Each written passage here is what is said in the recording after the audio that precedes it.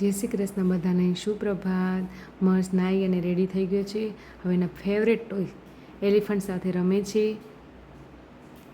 અને મને બજારમાં થોડું કામ હતું તો નીકળી ગઈ હું બજારમાં કામ પતાવવા માટે।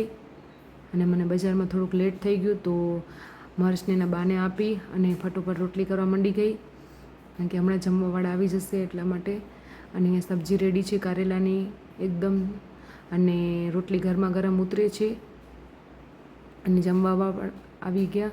અને મર્સ બતાવે છે એના પપ્પાને કે મેં શું કર્યું, જુઓ કપડાં ખરાબ કરી નાખ્યા સાંઈવાળા।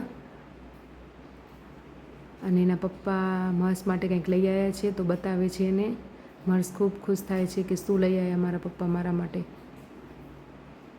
ઓહો, ડ્રેગન ફ્રૂટ લઈ આવ્યા છે મર્સ માટે।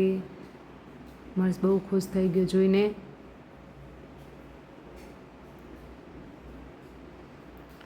અને સાંજના ખૂબ જ વરસાદ પડતો હતો એટલે મર્સ ઘરમાં જ રમે છે એના ટોય સાથે।